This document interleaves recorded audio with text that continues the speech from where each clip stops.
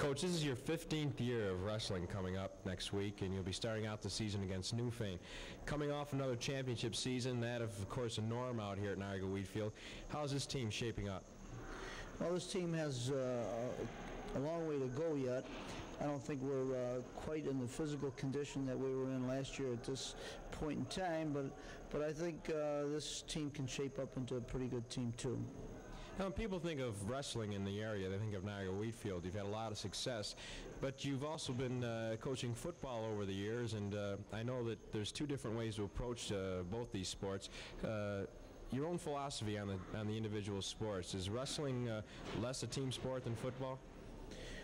Well, I would say it's more of an individual sport than a team sport like football, but yet it's still a team sport because each boy really does have to work hard and sacrifice for the sake of the team.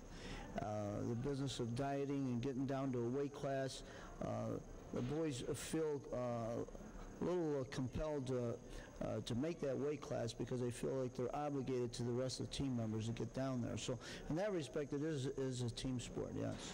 Niagara Wheatfield's had their share of individual honors. You have 3 state champions, but it's really in the team standings that the school's had the most amount of success. Yes, we've had 3 state champions, and we've had some very successful seasons where we've been undefeated for a number of years. And right now, I think we might have some kind of winning streak going right now. Yes. Well, you have a winning streak going in the Niagara Frontier League. Many of the wrestling observers in Western New York kind of feel that wrestling the Niagara Frontier League hasn't benefited the team itself, though. The competition isn't what it used to be, and I know you've been seeking some outside matches with teams from the ECIC and teams from down in the Southern Tier. Yes, we last year wrestled out of the league quite a bit. We traveled to West Point to go against some of the best teams in New York State, and we wrestled against Baldwinsville, which was #1 in the state at one time at their Baldwinsville tournament. And then we went on to wrestle a real tough team from Brockport High School, and they were ranked quite high in Section 5. So we do look for outside competition to better our team, yes.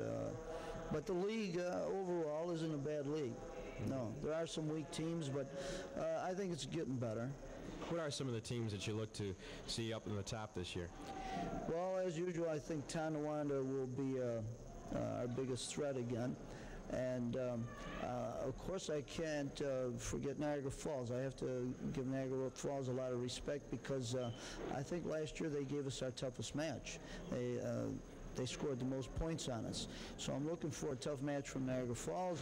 And Lewiston Porter might be a sleeper in there also. Outside of that, I'm not sure what the Kenmores have coming back this year, and I'm not sure about North Tonawanda. Last year you finished up the season ranked 7th in the state. What will this team have to do to come close to that ranking? Well, we're going to have to work as hard as we did last year. I think the boys know what price they have to pay to win in wrestling and what sacrifices have to be made. And it's just a matter of them doing it every day in practice. And maybe we can repeat what we did last year, if not better. Some parents have reservations about wrestling as a sport because of the weight loss. How do you deal with that as a coach? That's a real problem. The weight loss, I usually leave it up to the individual boy and his parents, and I let them agree on what they want to do. Usually it's recommended by the doctor at the time of physical what is the lowest weight class the boy could go down to. And then the boy can try to make that weight class. But he does need the support and the backing of his parents. Without his parents' support and backing, there's no way the boy can possibly, do a good job in wrestling. Now, the tradition here at Niagara Wheatfield has gone beyond the actual sport itself. You now have an alumni association, a Hall of Fame. You have the 3 state champs and another individual into the Wrestling Hall of Fame. How much further would you like to see the sport itself succeed in the area? What are some of the goals that you think the sport should set for itself? Well, we are striving someday, of course, to be ranked #1 in New York State. We like to keep that goal in mind, and we always every year try to encourage the kids to make their goal to be a state champion. We can produce more state champions. I'd like to see that. What about the sport itself in Western New York, though? Do you think there should be any changes to make our section a little more competitive on a state level? Well, on a state level, I just think our competition in our area just has to improve. It just has to get better if we're going to do better at the states. Coach, we want to thank you for the time, and good luck next Tuesday, and continued success throughout the year.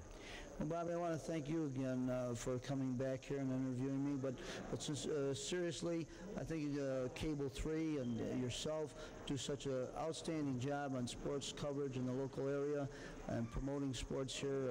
I think it's really a great thing that you're doing. Thank you again.